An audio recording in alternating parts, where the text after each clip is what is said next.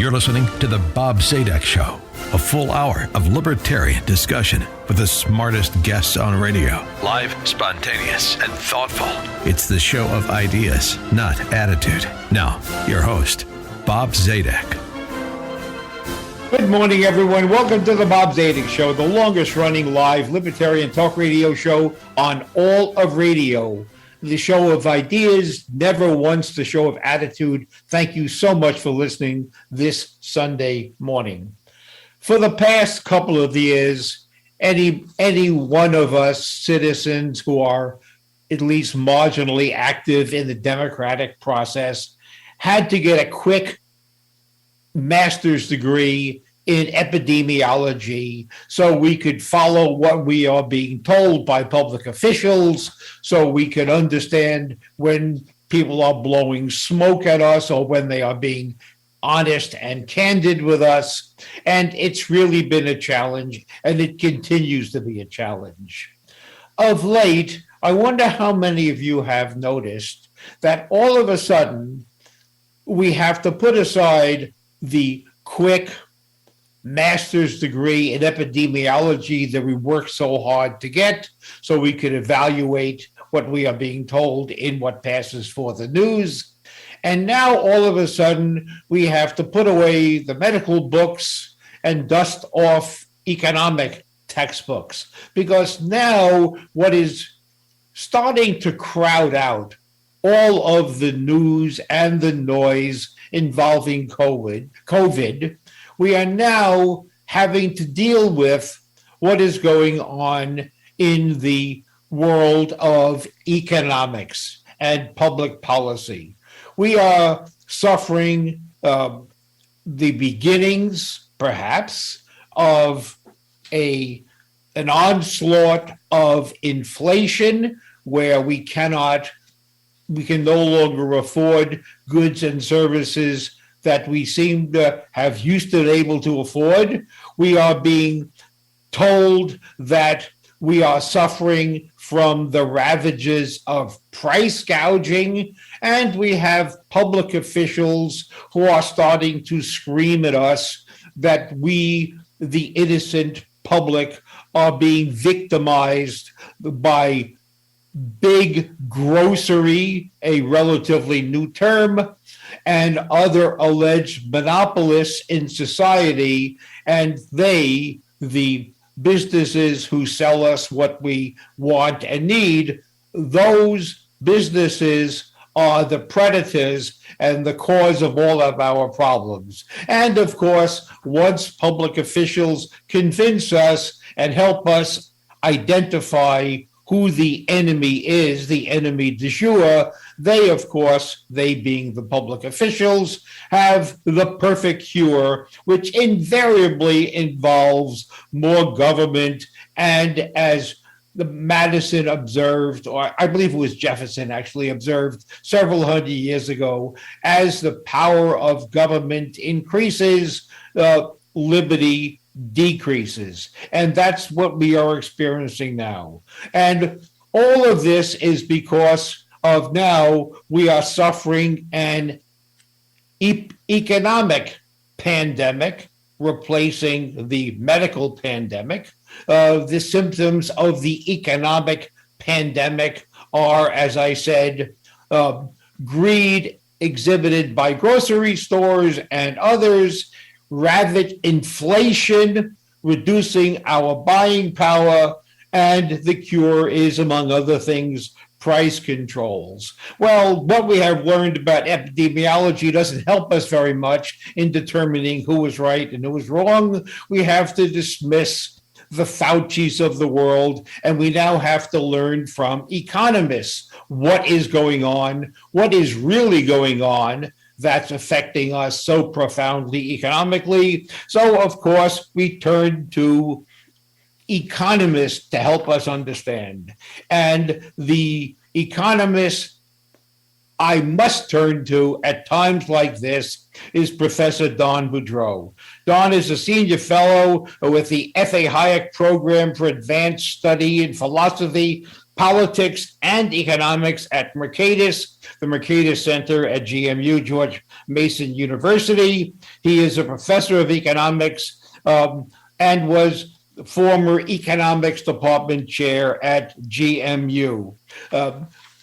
Don publishes a must-read daily blog, and I truly mean must-read, called, quite appropriately, Cafe Hayek, which I have been reading for certainly more than a decade. In fact, Don has been the economics professor that I have always turned to when I simply needed to understand what was going on. And as a fun fact about my show, and therefore about Don, is that in the second week of the Bob Zadek Show's existence, Don was my guest. And Don, I'm sure you will not remember, but you helped us all understand the subject of insider trading. We had a wonderful hour together more than a decade ago, as you explained to me insider trading, and to use my words, not yours, why insider trading not only should not be illegal, but, and these are my words, not yours, should be mandatory. So, Don, you have been such a wonderful teacher to me and to your readers, and of course, to your students. I'm proud and delighted to welcome you to the show this morning. Thanks, Bob. It's an honor. I do remember that program, although I didn't realize that I was your second guest. I'm honored to learn that fact. Oh, yes, you were. And indeed, I think part of me decided to do the show just so I could persuade you to spend an hour on the phone with me, which I feared otherwise you'd simply be too busy. But if I gave you the carrot of, hey, we'll be on radio together, I would have you all to myself for an hour. And what a luxury it is, and it was. So thank you so much for joining us again this morning. Now, Don, all of a sudden, as I have said in the intro, economics and economic issues have starting to crowd out the COVID being in the news as much as it is. Of course, it is there. Every single night we are reminded of the most meaningless of statistics, how many new, quote, air quote, cases there are, whatever that even means. The Cafe Hayek blog discusses COVID-related issues quite a lot. Of course, I would love to commandeer the radio station for the entire day at gunpoint so we can spend a lot of time talking about COVID, but we'll defer that to another day. This morning, I'd like to help our friends out there have a deeper understanding of the economic issues that we are starting to learn in air quotes, every single night on the news, and have you help us understand what is really going on in the world of government policy and economics. And let's start with the issue of inflation.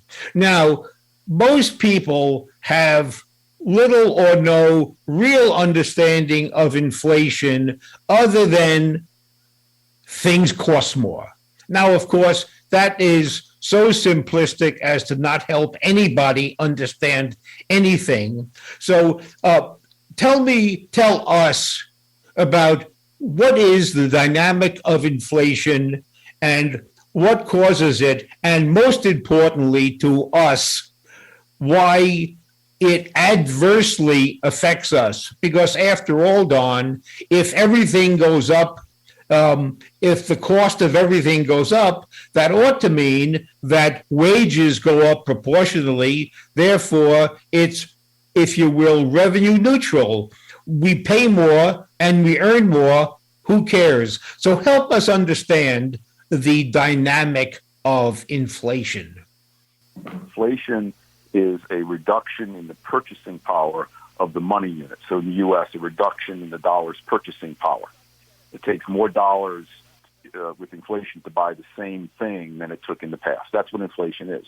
Inflation is caused by the increase of purchasing power beyond the increase in the amount of things to buy. And that happens when government injects, nearly always happens, when government injects more purchasing power into the economy.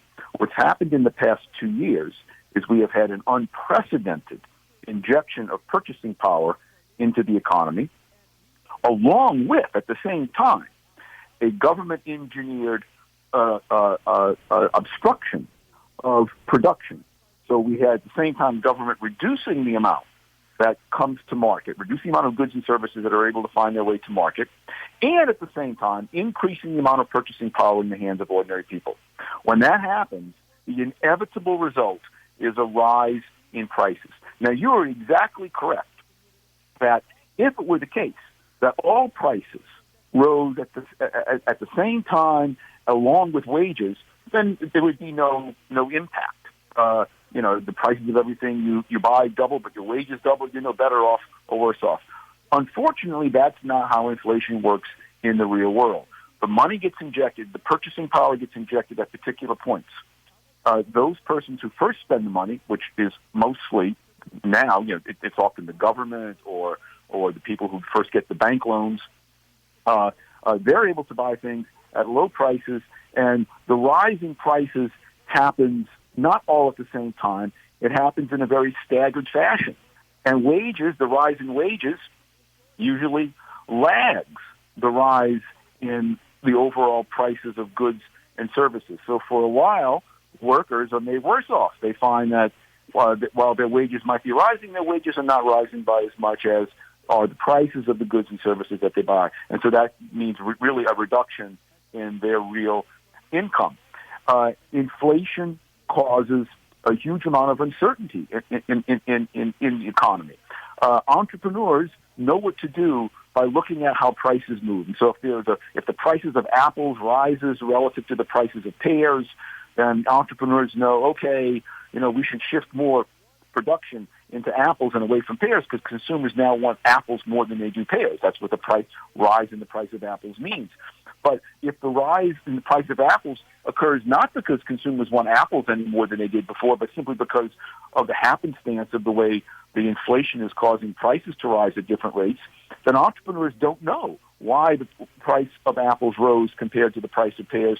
Is it because people want more apples, or is it simply because of inflation? And this uncertainty that inflation injects into the economy stymies entrepreneurial investment, it stymies entrepreneurial creativity. It causes people to reduce their willingness to take real risks in the economy, and so it's just bad overall. History is filled with lots of instances of inflation, from relatively minor inflation where the problems aren't too bad to hyperinflations, like as happened in post-World War I Germany. And the higher inflation gets, the faster at which the rate of inflation runs, the worse the damage. But it always causes some damage. Politicians, of course, as you allude to, love to blame everyone other than themselves. So we had Elizabeth Warren recently blaming the rise in grocery prices not on her own institution, the government, which injected unprecedented amounts of purchasing power into the economy, but blaming it on greed, blaming it on the alleged monopolization of retail grocery. Nothing could be more absurd than that. First of all, people don't spend greed units. We Americans spend dollars. And so if there are no more dollars to spend, prices can't rise. We're spending more dollars because the government injecting more dollars into the economy. And as far as the competition in the grocery industry is concerned, this is absurd. We have all sorts of options of how to buy groceries. We can buy groceries through Amazon. We can go to Walmart. We can go to Target. We can go to Kroger. We can go to the many local supermarkets that are around, like Trader Joe's, Whole Foods. There's enormous amounts of competition in retail grocery. So for Elizabeth Warren to blame rising grocery prices, not on the government, but on greed and monopolization, only shows that this woman is either astonishingly economically ill-informed or she's mendacious. One of the two. There's no other third alternative. Now, she has been complaining, and part of the reasons I asked you to join us this morning is that she has been quite public and outspoken in her complaint about what she perceives as bad behavior. And yes, she used the word greed. She has been publicly unhappy with the behavior of the grocery stores because they are motivated by greed rather than by duty to be good stewards of the investors' money and make sure their enterprise earns a profit. She has been complaining that they have been unlawfully focusing on profits at the expense of the customers. How dare they try to make a profit and earn enough to pay their wages and pay their suppliers? And she has been complaining, and of course, implicit on a subject you know probably better than any other economist whom I have read, she has been inviting, if not demanding, antitrust. How absurd is that? Antitrust action against the grocery stores because using the word grossly improperly because they have a monopoly. Of course, they do not, as you have explained. And she has been complaining that they deserve antitrust action because they are doing something wrong. Now, Don, I can't for the life of me even understand what they're doing wrong, other than earning where is the crime? Where is the evil? If they are a monopoly, they're very bad at it because their profit margins are so low. So they are much worse at being monopolists than they are selling groceries. Yes. I mean, look, Bob, you know as well as I do, this woman is she's just doing complete political grandstanding. I can't believe, I have no high opinion of any of most politicians, and I certainly don't have a high opinion of Elizabeth Warren, but I have trouble believing that even she is so stupid as to think that the rise in prices today is caused by the monopolization of consumer retail. There's no more competitive industry in the world than consumer retail. You don't like the prices charged at Kroger? You go to Target. You go to Walmart. You get on Amazon and have DoorDash deliver things to you. I mean, it's an amazingly, wonderfully competitive industry. The prices are rising, not because of any evil being done by executives in the grocery industry. Prices are rising because of the evil being done in the very institution in which Elizabeth Warren plays such a large and dominant role. That is the government. She voted in favor of these incredibly prolific spending programs. The Federal Reserve has been injecting spending power into the economy. The inevitable result of that is inflation. All sensible economists knew a few years ago that we would get inflation from this increase in spending power combined with the obstruction of the supply chains. And that's what's happening. If anything, I'm surprised that the inflation isn't even higher than it is. But of course, Elizabeth Warren, like most successful politicians, she doesn't dare look upon herself, look in the mirror to put the blame on her. So she's trying to make political points by demonizing the retailers who have no choice but to raise prices because the currency in which they are being paid for the groceries that they sell is being reduced in its purchasing power. And so she's just politically grandstanding. She's got to know better than that. And the fact that I think she does know better than that does not speak well to her ethics.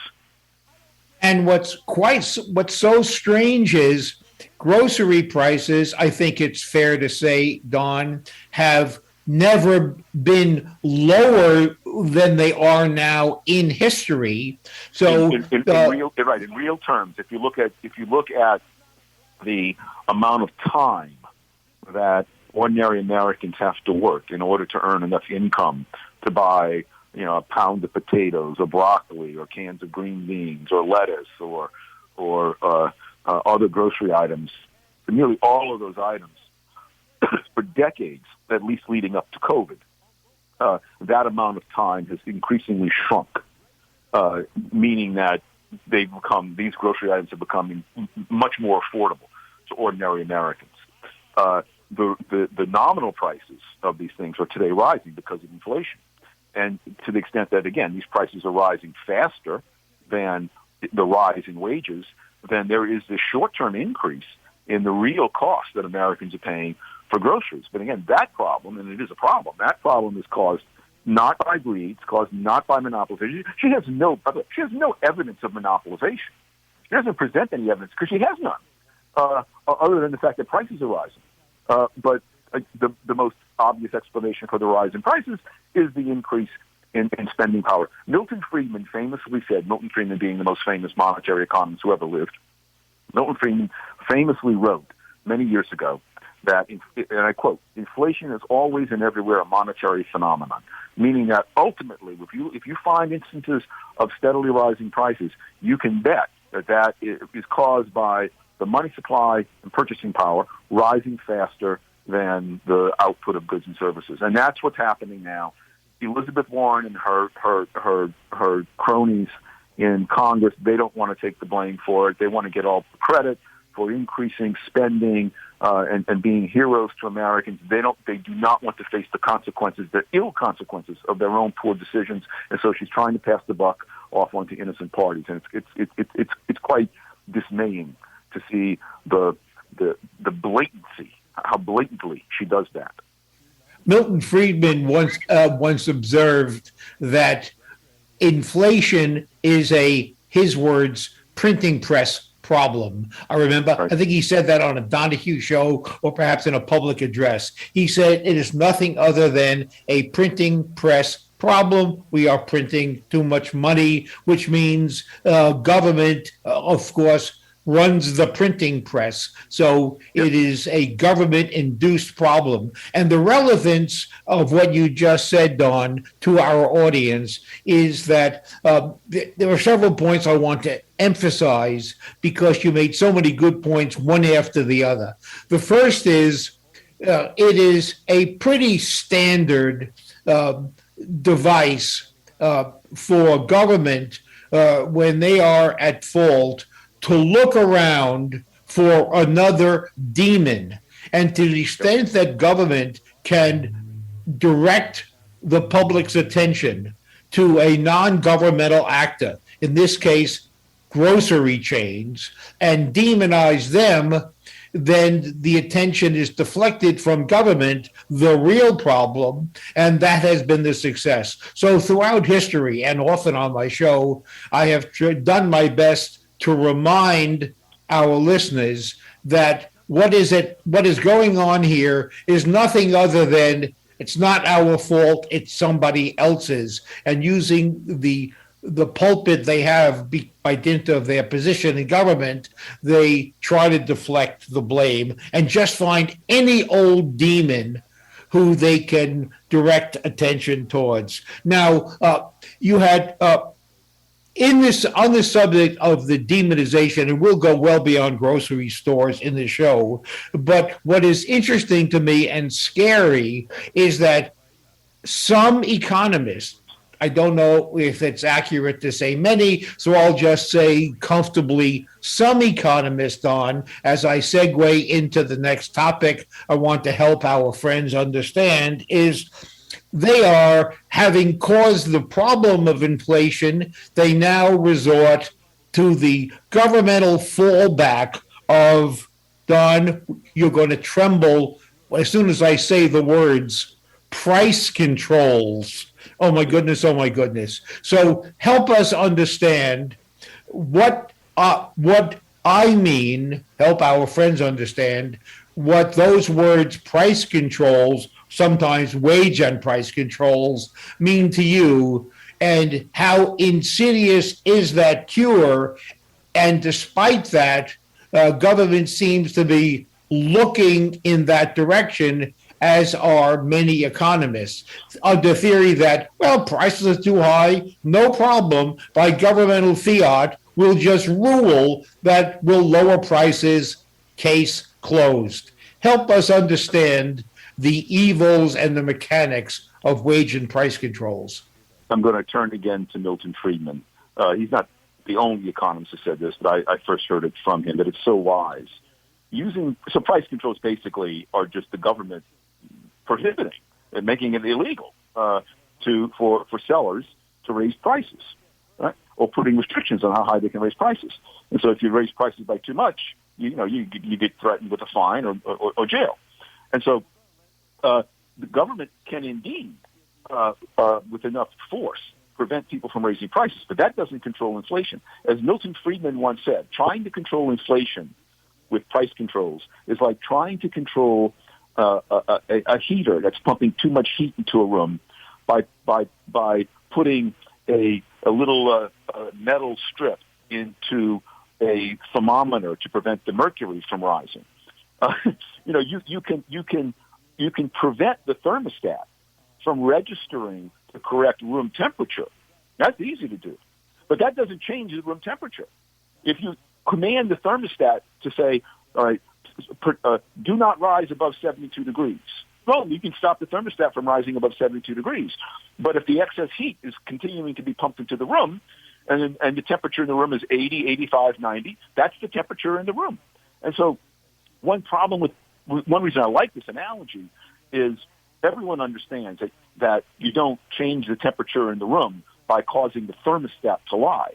And in fact, you make things worse, because if you thwart the operation of the thermostat, if you prevent the thermostat from registering the correct temperature, then the heating system stops altogether. Then there's no break on the amount of heat that the heating unit continues to pump into the room. And so price controls are a heavy-handed attempt to mask. They're a lie. Price controls are, change the analogy a little bit, they are a command by the government to every seller to lie to the economy about the real value of the things they have to sell. Consumers are willing to pay $10 for some product. The government says, no, you can't charge more than $8. And so producers don't sell it for more. They don't charge a price higher than $8 for it. But that becomes a lie. And another analogy that I've used in my blog is, let's say a city has a high and rising murder rate. And that's very bad. We don't like high and rising murder rates. And then the mayor doesn't like the high and rising murder rates, doesn't want to take blame for his or her policies that cause it. And so the mayor orders the city newspapers to report a false number, to report a number of murders lower than the number that actually occurs. Well, the mayor might be able to do that, and with enough force, the mayor will be able to compel the newspaper reporters to lie about a number of people who are being killed. That doesn't change the underlying fact that lots of people are being killed. Price controls are they're a laughable means of controlling inflation. They do nothing to control inflation, and by preventing the actual truth from getting out about how high about the actual pressure on prices to rise, they actually make things worse. Bob, you and I are old enough to remember August of 1971 when Richard Nixon imposed a nationwide wage price freeze on all prices and wages in an attempt to control inflation. It was a terrific failure. Nixon himself understood it wasn't going to work. Nixon did it because he thought it would be politically advantageous to do. But it was. We can look at the history of that. It didn't work. Wage price controls have never worked for any of the things that they have been used to do, and they certainly are no means of controlling inflation. You are correct. There are some people who have economics degrees who propose to use wage price controls to control inflation. These people, to me, are like people who have, say, physics degrees, who might go around proclaiming the possibility of building a perpetual motion machine. You can say it, but that's not going to make it a reality. And of course, prices, and I just want the audience to really appreciate this, not allowing prices to reach their market level, their, if you will, true level.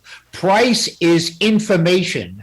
Price is what buyers and sellers use to help them understand how to allocate their resources and their time. Let's imagine you as a consumer have a used car you want to sell, and the used car is worth, if the market were allowed to function, it's worth $25,000. By dint of governmental wage and price controls, the government dictate you only can sell your car for $10,000, even though it's worth 25, in order to stem inflation, air quotes. What will you do? You will, of course, hardly sell your car worth $25,000 in the market for 10. Why would you? Why would anybody? What you will do is you will do one or the other of two things and ask our friends to decide whether they like either of these alternatives. You will, on the one hand, not sell your car, which means you don't get to have money, the $25,000 that you value more than your car. That is, your freedom is denied. A buyer who would love to buy your car for $25,000 is denied that opportunity because you refuse to sell it at, quote, too low a price. Or if you don't like that, here's the alternative. The deal goes forward because the market will struggle to perform, and you will do it in an underground garage in what we all know to be the black market, in the secret economy that is done because humans will always find a way to perform lawful acts unless, and if they can't do it in the open, they'll do it in the shadows. So you like wage and price controls if you like the fact that people are denied the freedom to do what they want with their time and property, or you like wage and price controls if you sort of like the idea of people transacting business in underground garages and in the shadows.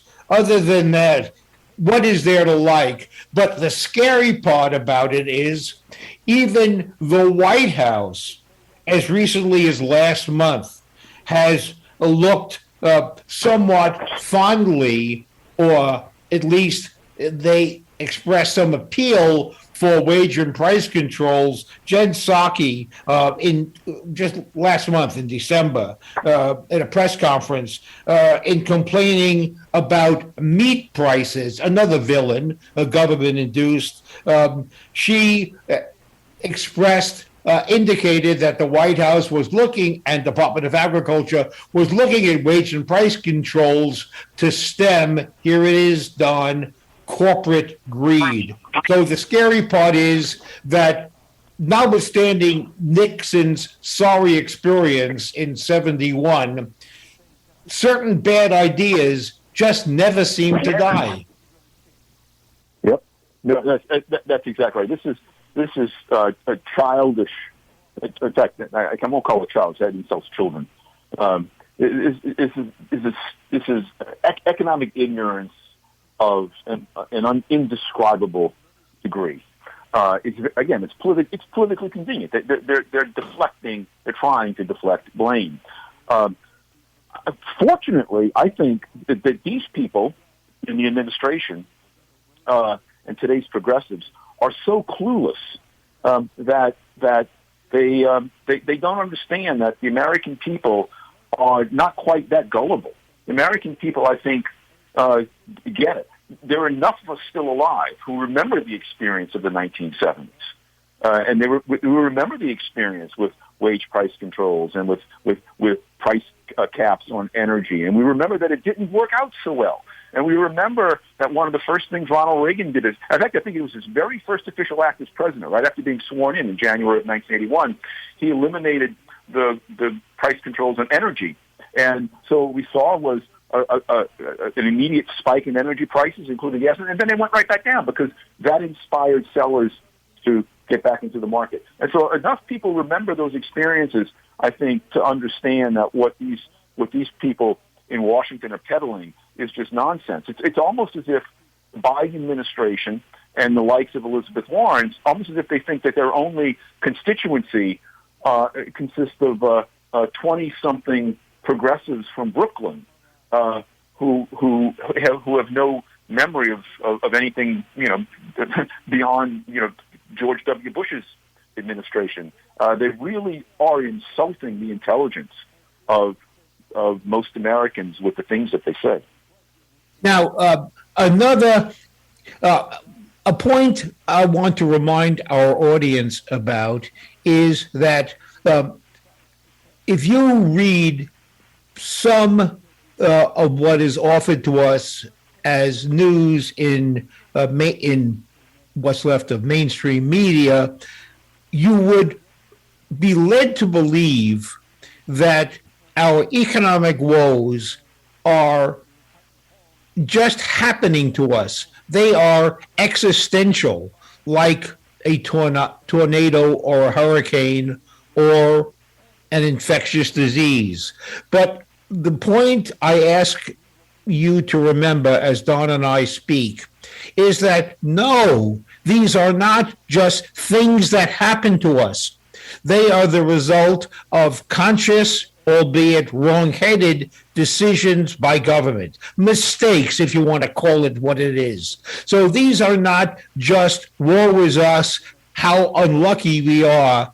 These are not events and misfortunes that are happening to us. They are caused upon us by governmental actors, which means we cannot be passive and just feel sorry for ourselves. We have to understand that it is happening because of government. Government is there because of the democratic process. Therefore, we have to understand these issues and then use our understanding to make intelligent decisions to the extent that we participate in the process. These are not existential.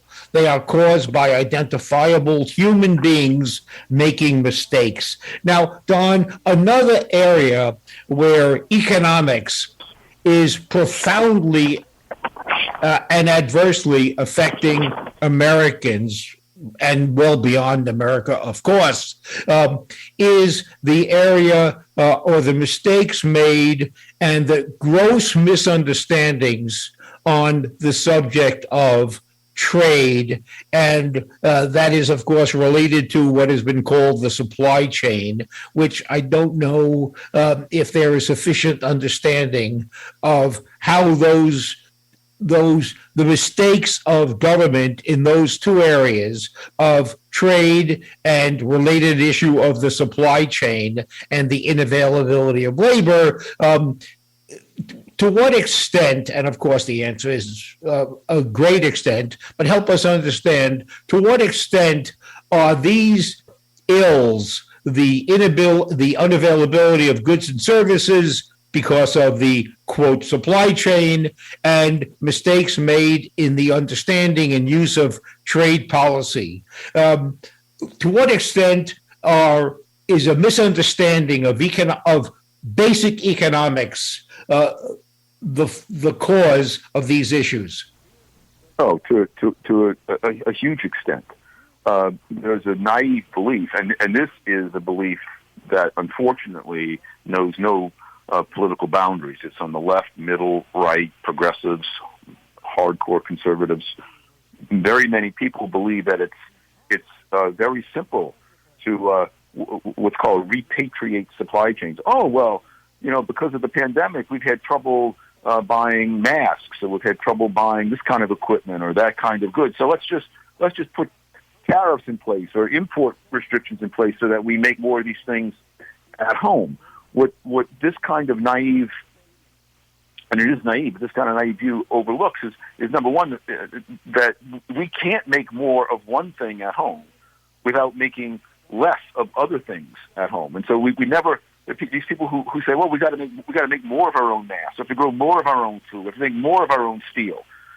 Well, what are you going to give up to do that? Because you can't shift American workers into producing these things without taking American workers away from producing other things. You can't take American capital and American raw materials and intermediate goods away from producing the things that they're currently producing to use them to produce these other things without having a reduction in output of the things that were previously produced. And the pattern of production across the globe is determined overwhelmingly, despite what most people think, it's determined overwhelmingly by cost, by what economists call comparative advantage. The reason we buy however much steel we buy from Brazil or however much clothing we buy from Thailand, the reason we buy that much steel and clothing from these foreign countries is because we can get those things at a lower cost from those countries than we can make those things at home. And so we buy those things from foreign countries. That frees up workers and resources here in America to produce things that are of even higher value for us. But people don't they don't think through the full process of why international trade occurs as it does. And of course, people like Elizabeth Warren and here, Donald Trump and lots of people on all sides of the aisle are ready to demagogue this issue. It's blaming foreigners, of course, is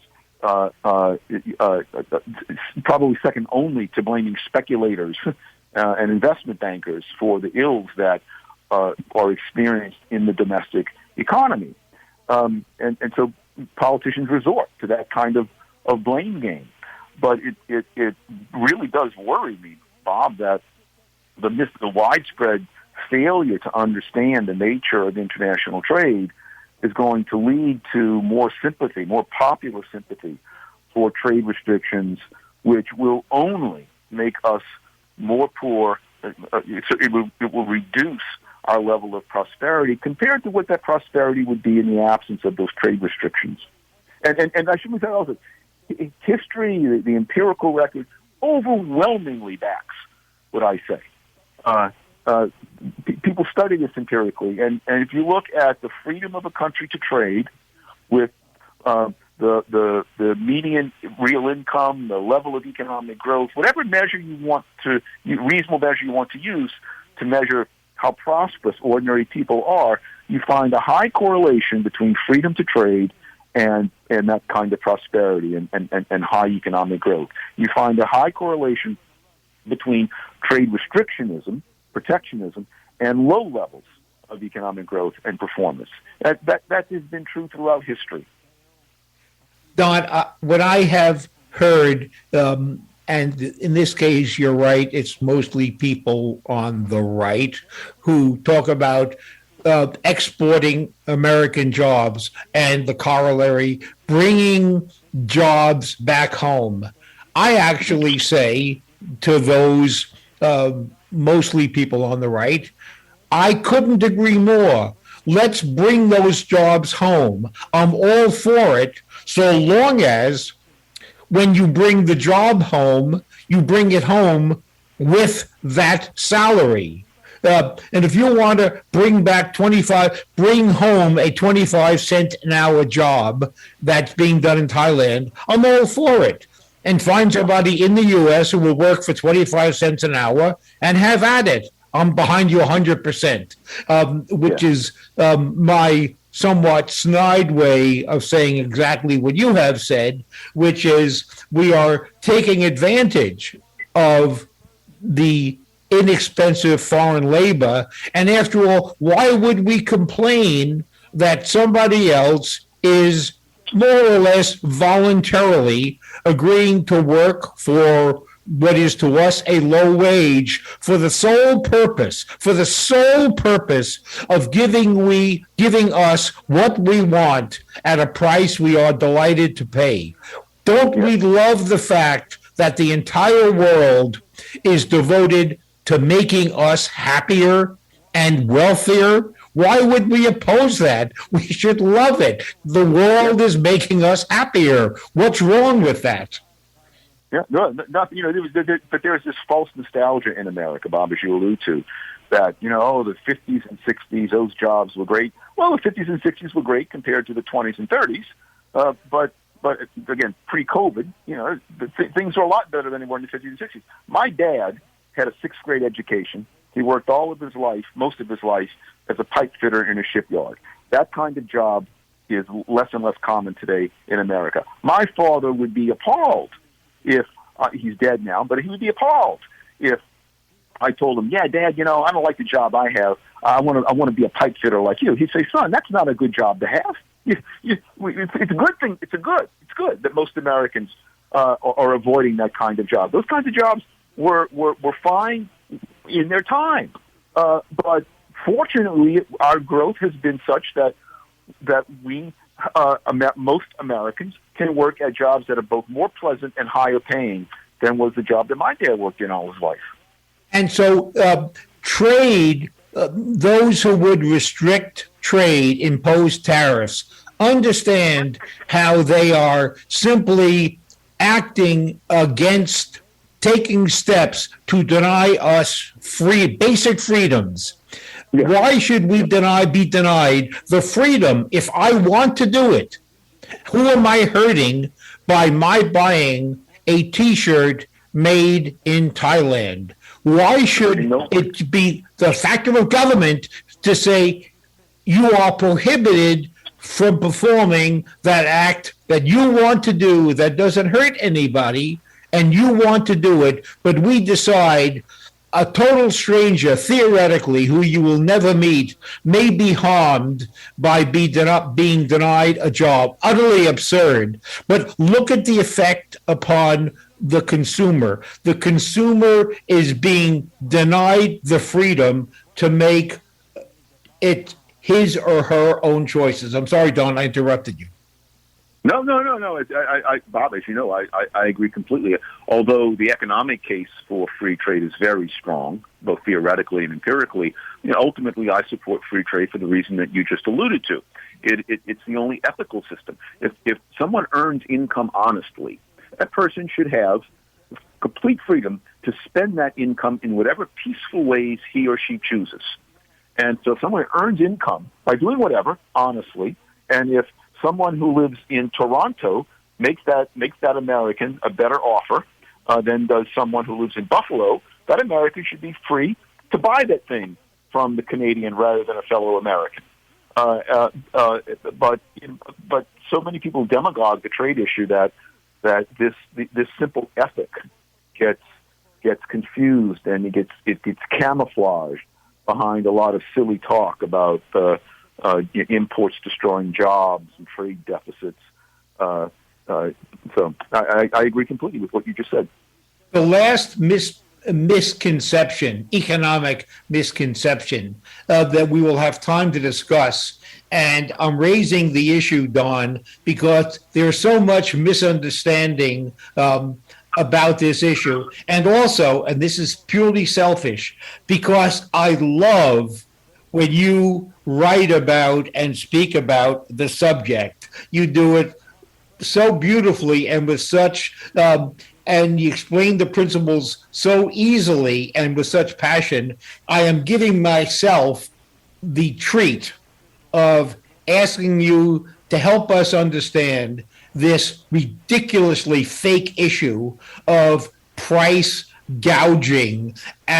Now, it's relevant, of course, because there have been accusations that people have been hoarding masks and gouging people on masks and on medicine and doing all kinds of bad things to jack up the price. Help us understand, and there are, of course, statutes in the majority of cases making price gouging, whatever the heck that even means, a crime. So speak to price gouging as that phrase is used in public policy discussions.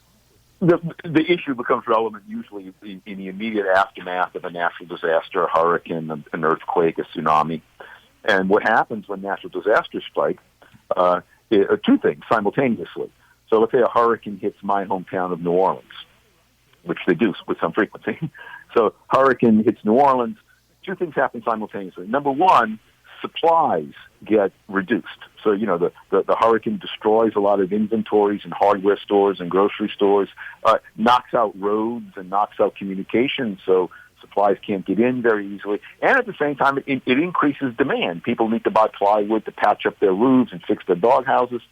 When these things happen, what that means is these groceries and these staple goods, the hardware store items, they are much more scarce than they were before the natural disaster hit. That's just a fact of reality. And when things become more scarce, they become more valuable, their prices naturally rise. And the prices should be allowed to rise because they signal, those high prices are a signal to the rest of the world. Hey, prices are really higher now in New Orleans for plywood and propane. Let's rush more supplies of those things to New Orleans because those people are in desperate need of them. We know they're in desperate need of them because they're paying the higher price. But price gouging statutes prevent the prices from rising. And so they prevent the signal being sent out to the rest of the world to come to the rescue of the people who are in desperate need of these goods and services. Of course, the politicians who pass these statutes, they claim they're acting in the best interest of ordinary citizens, but they're not. A price gouging statute is basically it's speech control in a very real way. A price gouging statute is a prohibition on people being able to express just how desperately they are in need of something, and so that signal doesn't get sent out to the rest of the world, and so there's a delay in, and there's a shortage, and as a result of which the demand for goods doesn't get met, and there is a shortage. You've prevented the price from going up. You've also denied people access to the very goods they desperately need. So that policy simply exacerbates the shortage. Another example of government catering to the population and passing economically ignorant legislation. Don, the worst 5 seconds of my life has occurred. We near the end of my show. I can't stand it, but I must give the audience bad news. We are running out of time. This is Bob Zadek spending an hour with Professor Don Boudreaux. We have been talking about economic issues that affect Americans, how the government gets it wrong. And if once you know this, you know how to use your vote and understand better what is going on. And we are not simply victims of an existential event, but rather an event which is consciously imposed upon us by economically illiterate public officials. Don, thank you so much for your time this Sunday morning. Thank you. It was fun. I invite all of my listeners to subscribe to and to read the Daily Cafe Hayek, a blog published seems like for decades by Professor Boudreaux. It is a wonderful read. It is all you have to know to understand what's going on around us. So thank you to my friends and thank you to Don, and everybody, please have a nice Sunday.